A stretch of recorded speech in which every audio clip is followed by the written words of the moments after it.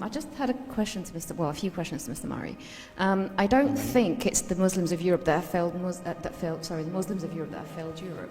I think it's exactly the opposite. One of the things you said, it was actually a few Muslims, crazy Muslims, I think, who sort of flew the plane into those buildings. But was Hitler a Muslim by any chance? Because I'm not sure that Muslims had anything to do with the Holocaust. You know those moments when someone says what everyone else is too afraid to admit and the entire room suddenly becomes uncomfortable? That's exactly what happens in this explosive debate. Douglas Murray takes the stage and refuses to hold back. Then, a British Muslim woman in a headscarf challenges him, arguing that Muslims are the ones being unfairly treated as the problem. But Murray's calm, direct response completely shifts the atmosphere in the room. Watch how he dismantles her argument and leaves the audience stunned. Tariq says that Europeans associate Islam with violence. There is some truth in that. There is also a very obvious reason for that, which is that Islam is associated with violence. It was not Buddhists who flew planes into the Twin Towers. It was not Hindus or Jews that blew up the London Underground in buses a few years ago. And that simple fact has to be acknowledged if you're even going to start a dialogue. Now, Douglas Murray begins by confronting something many people recognize, but few are willing to say openly. Many Europeans associate Islam with violence because of events in recent history. It wasn't Buddhists who flew planes into the Twin Towers, nor Hindus or Jews who bombed London's underground and buses.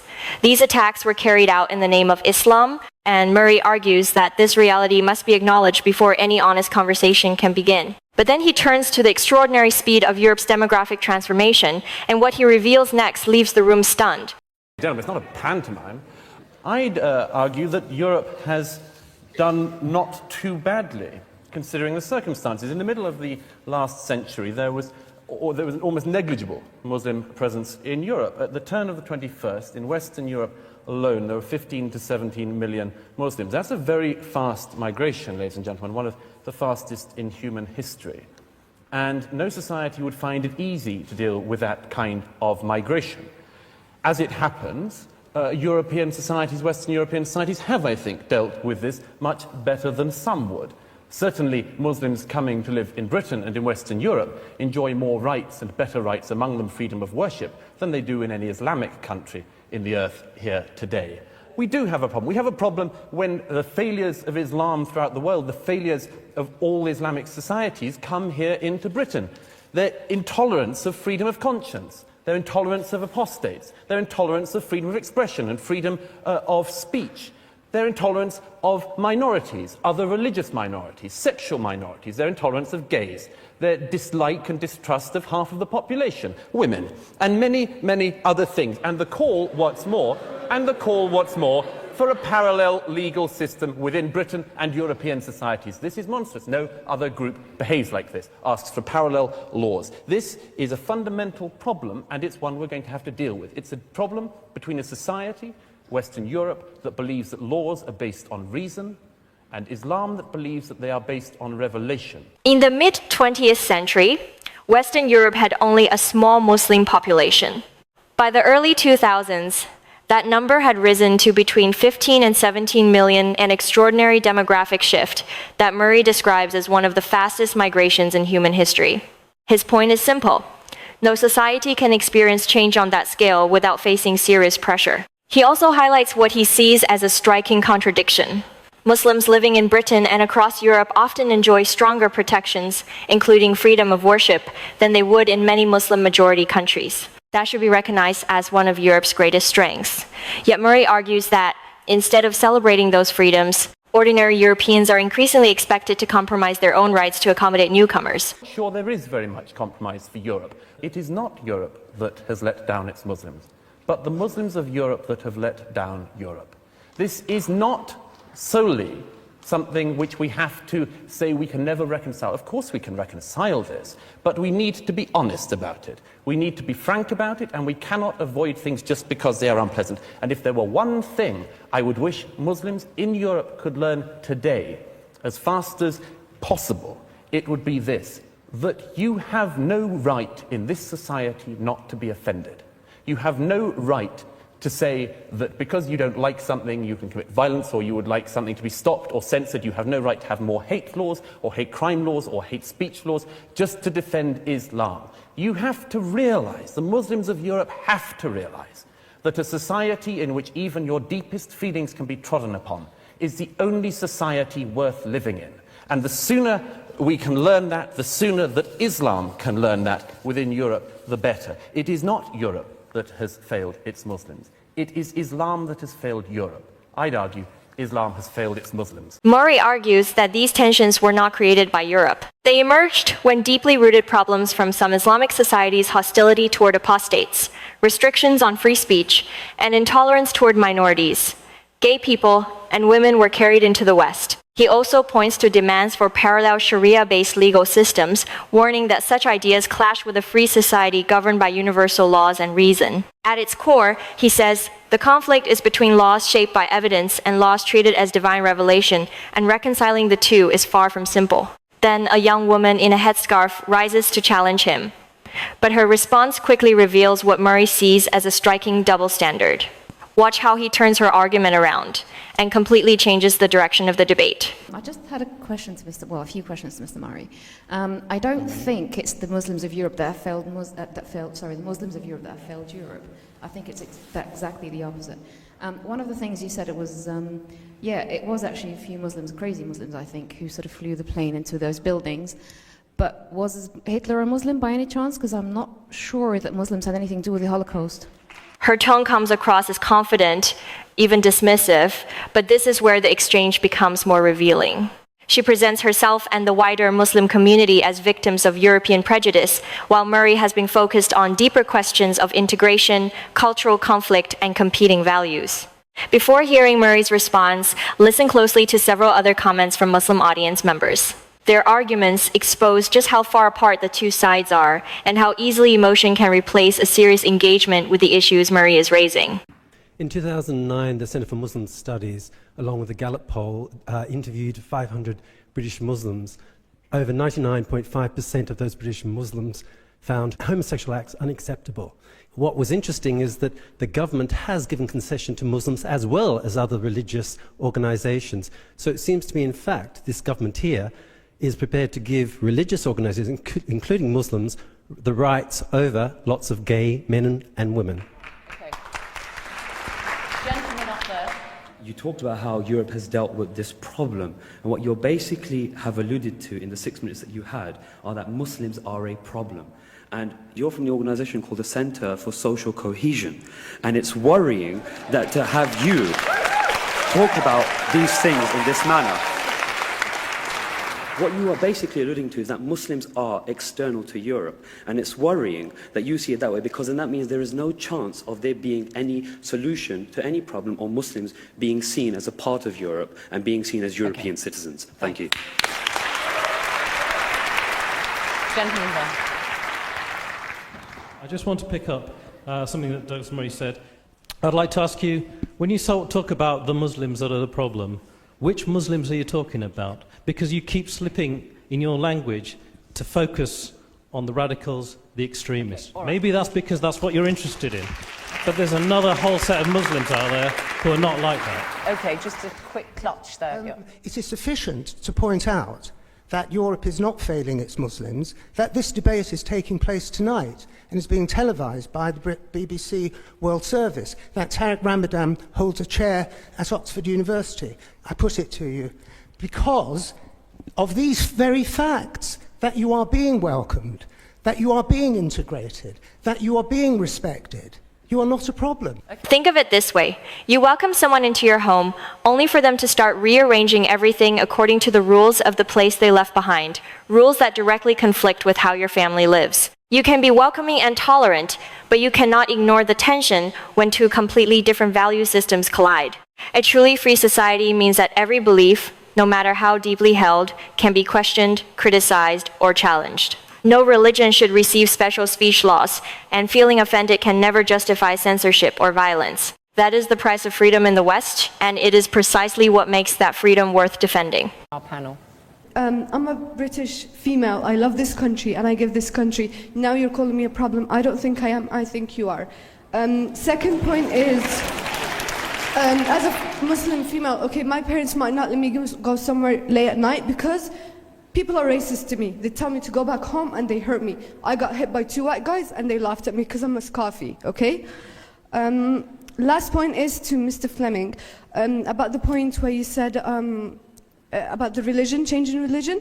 Every person has the right to. No one says anything about that. But if you had a daughter or a son that wanted to become a Muslim, would you be happy about that? I don't think so. I mean, it's their choice. And I can tell you, I am... But that wasn't what she asked. Would you mind? She said, would you mind? No, I wouldn't. Of course not. I mean, I am married to an immigrant myself who comes from another community than the one I come from. So, in fact, I have been living, this kind of experience for the past 30 years. And yes, there were some members of my family who were quite critical about that, but it was my choice. All right. Hypothetically speaking, Douglas... True tolerance does not mean never feeling offended. It means having the maturity to face ideas you dislike without demanding that an entire society changes rules to protect your feelings. Now listen closely as Murray delivers a deeper philosophical point, one that may stay with you long after the debate is over. I mean, I would hope that if somebody has access... Look, what Fleming and I are arguing for is that people have the right to access all of the kind of opinions, all of the knowledge that they can. That means, among other things, having, for instance, access to all of the criticism that should be written of the Quran and of Islam. And if they weigh up after knowing all of these things and having access to all of them that they would like to become Muslim, I don't have a problem with that. All right. Good. You answered the question. Petra. When my daughter was born in '98, I called her Soraya, which is the Arabic name for Pleiades, because I felt that she needed to have a present for the rest of her life. After 9/11, people asked me whether I had regretted giving her an Arabic name. And I felt sorry for the person who asked that question. That there's prejudice against... No, the point I'm making is, and I think it's the point the lady is making as well, that the fact that people are called Mohammed is probably, in the perception of many, putting them in a disadvantage. Oh. And of course, I totally disagree. Okay. You want to come, because I want to get some response to what we heard out, some of the comments our audience made. I'd just like to make a comment on one of the cases that Petra made, which was about Ahmed Abu Taleb, a very distinguished public figure in Holland. What you failed to mention when you mentioned him as a great success story of the Netherlands, which I agree he is that after the murder of Theo van Gogh in 2004, he had to go under 24-hour protection because his name was found on a hit list from a radical cell nearby. We cannot simply take, Petra, the terrific success stories and ignore things like that. It is no small thing that a Muslim politician who speaks out should be targeted for assassination in his home country of the Netherlands. Throughout the exchange, one side emphasizes changing interpretations, personal choice, and gradual reform. Mari, however, keeps returning to what he sees happening in practice. Parallel communities, demands that conflict with secular law, and religious ideas or customs that have not adapted to modern liberal values. The concern is easy to understand. Integration is supposed to mean becoming part of a shared society, not arriving with a separate set of rules and expecting those rules to take priority. Murray is not claiming that every Muslim is a problem. His argument is that refusing to acknowledge real areas of cultural conflict helps no one, especially Muslims who want to integrate, live peacefully, and fully participate in modern European society. Once again, I think that you are taking one story. And then it was the one she took. No, it is, and many Muslims around the world and in the Netherlands were against that and attacked the small groups that were saying this. And this is the case today in Europe. The discourse that you have is helping to nurture this sense of alienation and not to let the Muslims feel that they are at home. And out of the questions that we got from here, people are saying, you are welcome here, and then in their own country. I'm sorry, I'm at home. I'm at home. What are you talking about? Don't talk about. So, talk to me. I'm sorry. Talk to us or talk to me as a fellow European and not as someone who is an outsider infiltrating the freedom of expression and using this. This is one. Let me finish. The frustration in his voice is impossible to miss. As he speaks, Mari questions whether someone can claim full European belonging while repeatedly placing a separate religious identity above the values of the society they live in. But the larger point goes beyond one individual. Islam is not a race. It is a system of beliefs, and like every other belief system, it must remain open to criticism, debate, and reform. That distinction matters. A person's race cannot be changed, but ideas can and sometimes must evolve. No, I'm not saying you're not a European, but I would appreciate the following, which is that don't come to this hall and tell this hall that you're a European, and go to another and talk to an Islamic audience as Islamic brothers. Because that is what you have spent your career doing. What's wrong? Speaking through. Let me finish this. And Tarek comes here one day and says, we fellow Europeans, we all speak to each other as fellow Europeans. And another, he speaks to a Muslim audience and says, we as Muslims. Which is it, Tarek? Which is it? I'm a Muslim. You can't pretend you have two identities. Come just you know what? Can I say something about But that? you are my... Okay, you two, just a minute. We get your point. Let's see, I mean, Fleming and then Petra. And on this point, this specific point, can Tariq Ramadan be Muslim and European? And is there a problem with standing with Muslims and saying, I'm a fellow Muslim, but also being European? Douglas seems to have a problem with that. Of course not. Of course not. But I'm not finished. Islam is not a race. And why is this important? Because if it's race, you don't have a chance to change it. I mean, communists were also being discriminated during the Cold War, but that's also an ideology, although another kind of ideology. So you have to insist that Islam is a set of ideas, and you have the freedom to change, to leave, to criticize, to ridicule, and so on and so forth. And it's very, very different You have from problems with freedom racism. of speech and what you've encountered amongst some Muslims, is what you're saying. Yeah. Okay, Petra, on this question of identity, I think was the key I mean, one. it almost seems as if the only good Muslim would be an ex-Muslim. And so for me, how enlightened are we if we only welcome people who are like us? I mean, like you and me. I mean, can we actually accept people who think differently? I think this is when our values are really tested. And of course, when people are thinking differently and don't want to change religion, that's also a universal. By the end of the debate, one question remains. What does genuine integration actually require? It cannot mean importing social conflicts and then demanding silence whenever those conflicts are discussed. Nor can every criticism of women's rights, free speech, religious intolerance, or commitment to shared civic values simply be dismissed as Islamophobia. Europe opened its doors on the promise that newcomers could enjoy the freedoms created by liberal Enlightenment principles. Murray's argument is that accepting those freedoms while rejecting the values that sustain them reveals a serious double standard, and one Europe can no longer afford to ignore. Petra, what about one of the questions that we had from the floor, which is somebody expressed the view that women have said that they enjoy more freedom in the Middle East than they do actually when they come to Europe, which is kind of In the Netherlands, we have a political party which is in parliament, which doesn't allow women to run for office. And I don't hear the same voices about this party as I hear about Muslim women. I do want to ask about women and Islam, because this is something, we've had some contributions from the floor on that, and women wearing their veils and so on. I mean, this is something which does exercise a great deal of debate. The fact that a lot of people feel that you can't be a Muslim woman and enjoy certain freedoms. How do you address that? No, I think that we have to acknowledge the fact that there are problems, but we also have to acknowledge the fact that things are evolving, that there is and there are Muslim women in Europe today who are leaders in the leadership and coming with new interpretation. When it comes, for example, something which is very simple about the headscarf. It's against Islam to impose it, it's against human rights to take it off. This should be the point, and this is why we should be in agreement. Second point, against forced marriages. We had campaigns in Europe against forced marriages. And then when it comes to anything which has to do with reading the text, being able to come and to get a sense of autonomy for women, this is happening. So I would say that in some country where you wear the headscarf, by definition, you can't be a free Muslim woman because the way you dress. I think it's wrong. Let the people decide and let them speak for themselves and listen. Listen, because sometimes they speak and they are not listening. Murray gives voice to ordinary taxpayers who have watched their neighborhoods change at remarkable speed and now feel unable to question rising social tensions, troubling attitudes, or problems within certain communities without immediately being branded intolerant. wanting your daughter to feel safe, your streets to remain peaceful, and the same laws to apply equally to everyone is not hatred. It is not extremism. It is basic common sense. I have a direct question to Tariq.